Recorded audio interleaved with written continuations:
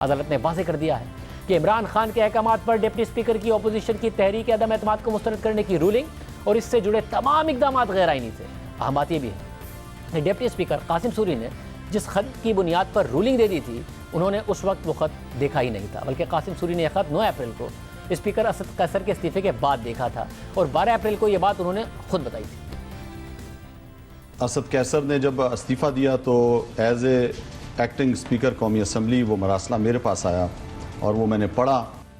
हैरत है कि डिप्टी स्पीकर ने खत देखे बगैर कैसे इतनी बड़ी रूलिंग दे दी और एक आईनी प्रोसेस में रुकावट डाल दी। इसके अलावा तहरीक इंसाफ मुसलसल ये शिकवा कर रही है कि अदालत को फैसले से पहले खत देखना तो चाहिए था, मगर हकीकत यह है कि समाअत के दौरान तहरीक इंसाफ की हुकूमत ने खत अदालत में पेश ही नहीं किया, बल्कि जिस दिन अदालत ने फैसला सुनाया था उस दिन तक भी यह खत क्लासीफाइड था और काबीना ने 9 अप्रैल को वोटिंग से कुछ देर पहले इसे डी क्लासीफाई किया था और बाद में अदालत को यह खत भेजा गया था। और अब तहरीक इंसाफ का एतराज़ है कि मुख्तसर फैसला देने के बाद ही खत देख लेते और तहकीकात करा लेते। सबसे पहली बात यह कि तहरीक इंसाफ ये कह रही है कि जी आपको अगर उस वक्त जब ज़ाहिर फैसला दिया गया था अदालत की तरफ से, उस वक्त उनके पास साइफर नहीं था, बाद में काबीना ने क्लासीफाई किया, मगर बाद में तो चीफ जस्टिस साहब देख सकते थे और अपने साथी जजेस को दिखा सकते थे। ये फैसला देने की क्या ज़रूरत थी? वो तहकीकात का भी हुक्म बाद में दे सकते थे।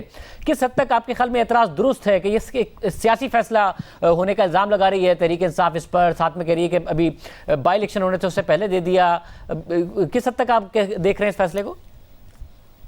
नहीं, ये दुरुस्त नहीं है बात। देखिए, सुप्रीम कोर्ट ने ये देखना था कि कासिम सूरी साहब ने जो कुछ किया 3 अप्रैल को वो दुरुस्त था या दुरुस्त नहीं था।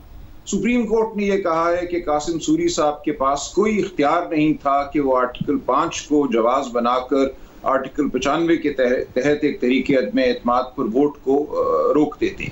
ये फैसले का बुनियादी मैं समझता हूँ मतन है। साथ सुप्रीम कोर्ट ने यह कहा कि उनके सामने कोई मवाद भी नहीं था, कोई उनके पास ऐसी चीज नहीं थी जिसकी बुनियाद पे वो अपना ये तासुर कायम करते कि कोई साजिश हुई है, जबकि खुद वो कह रहे हैं कि मजीद तहकीक की जरूरत है। उससे पहले नेशनल सिक्योरिटी कमेटी की मीटिंग हुई, वहां भी कोई मवाद पेश नहीं किया गया और नेशनल सिक्योरिटी कमेटी ने भी ज्यादा से ज्यादा यही कहा कि जुबान ठीक इस्तेमाल नहीं की, डोनाल्ड लू ने एहतजाज किया जाए, डिमार्च जारी कर दिया जाए।